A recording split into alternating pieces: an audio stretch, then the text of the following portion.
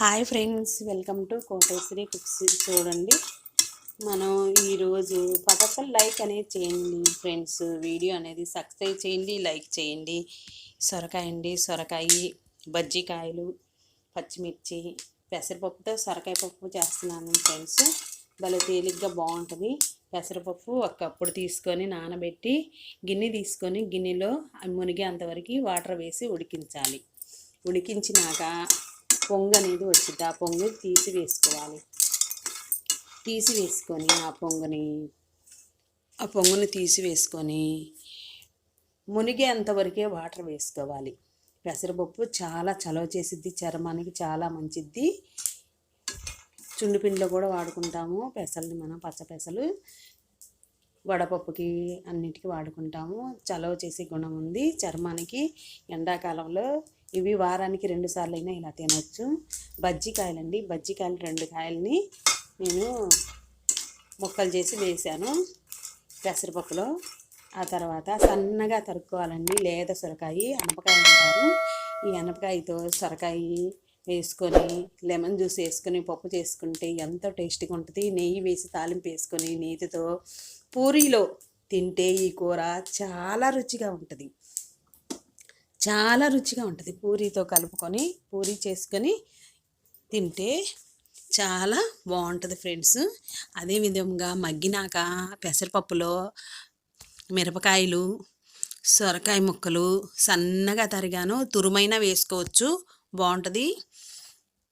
అదేవిధంగా ఉడికాక లైట్గా పసుపు వేసుకోవాలి. వేసుకున్నాక మరలా కలుపుకోవాలి. తగినంత టేస్ట్కి తగినంత ఉప్పు కూడా వేసుకొని ఒక్కసారి కలుపుకోవాలి. చూడండి, సొరకాయలో ఉన్న తేమని, పెసరపప్పు, పచ్చిమిర్చి ఉన్న తేమని మొత్తం అక్కలాగా ఉడికిపోయింది. అనపకాయ అనేది, సొరకాయ అనేది ఉడికింది. తురుము కూడా వేసుకోవచ్చు, బాగుంటుంది ఫ్రెండ్స్. ఇది ఒకసారి ఇంట్లో ట్రై చేయండి, లైక్ చేయండి. అదేవిధంగా వాటర్ లేకుండా చూడండి, వాటర్తో సహా మొత్తం మగ్గింది. అసలు సొరకాయ ముక్కలు అనేది కనిపించట్లేదు, పెసరపప్పుతో మాత్రం మగ్గిపోయింది.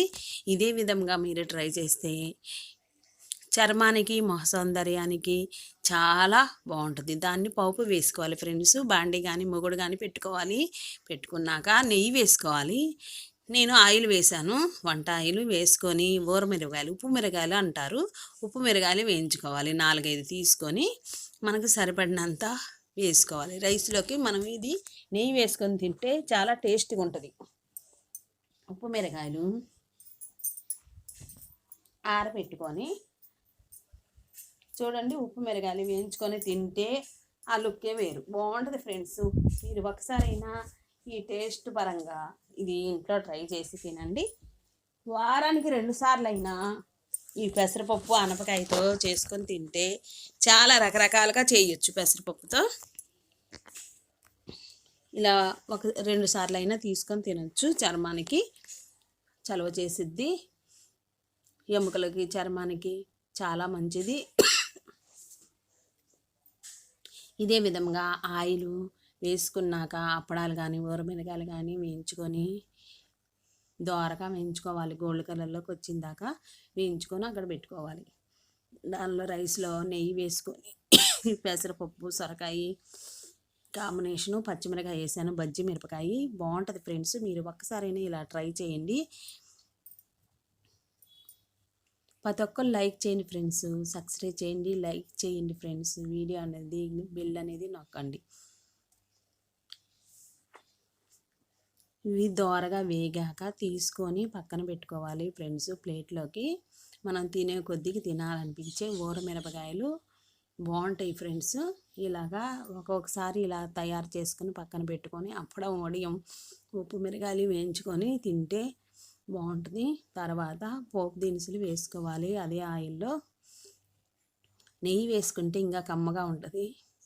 దానికి తగ్గట్టుగా ఎల్లుల్లిపాయ ముక్కలు 1 టేబుల్ స్పూను, ఎండుమిర్చి ముక్కలు, అవి కూడా ఆహారంతో పాటు తీసుకొని తినాలి.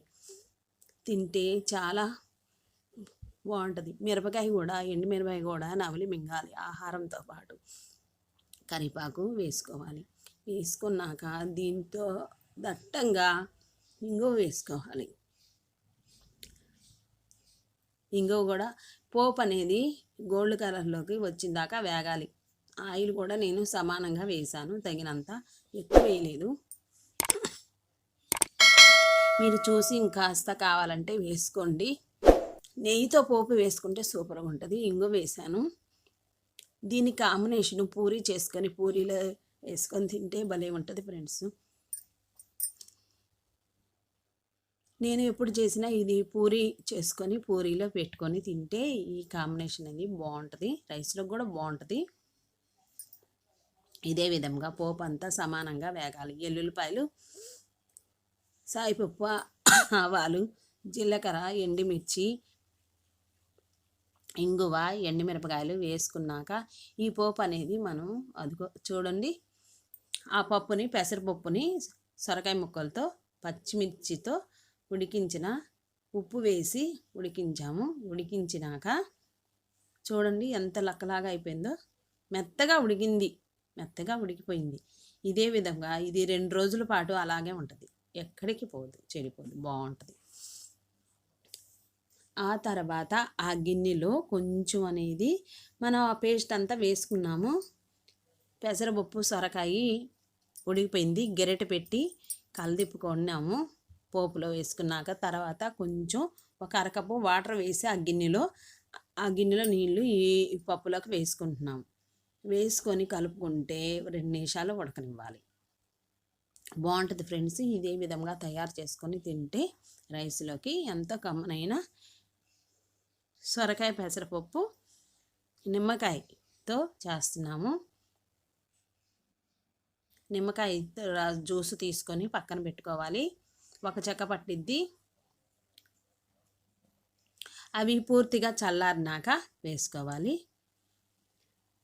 ఇప్పుడు ఈ సమయాన ఉడికినాక స్టవ్ కట్టి వేసుకున్నాక చల్లారినాక నిమ్మ చెక్క పిండుకొని కలుపుకోవాలి.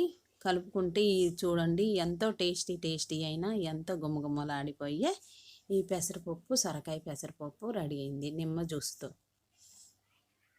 నిమ్మ జ్యూస్ వేసుకొని తింటే చాలా రుచిగా ఉంటుంది, ఎంతో టేస్టీగా ఉంటుంది.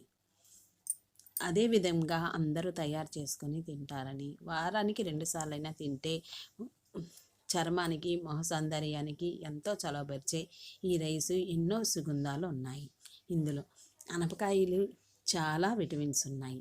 ఊరమిరపకాయ, అప్పడము, వడియాలు వేసుకొని కాకపోతే సమయం అనేది పట్టిద్ది, మనకి ఒక 10 నిమిషాల సమయం అనేది పట్టిద్ది. ముందే అనుకొని ఇవన్నీ ఇలా ప్రిపేర్ చేసుకొని తింటే రైస్లోకి ఎంతో కమ్మనైంది. నేతితో భుజించాలి. నెక్స్ట్ వీడియోలో కలుద్దాం. Bye friends.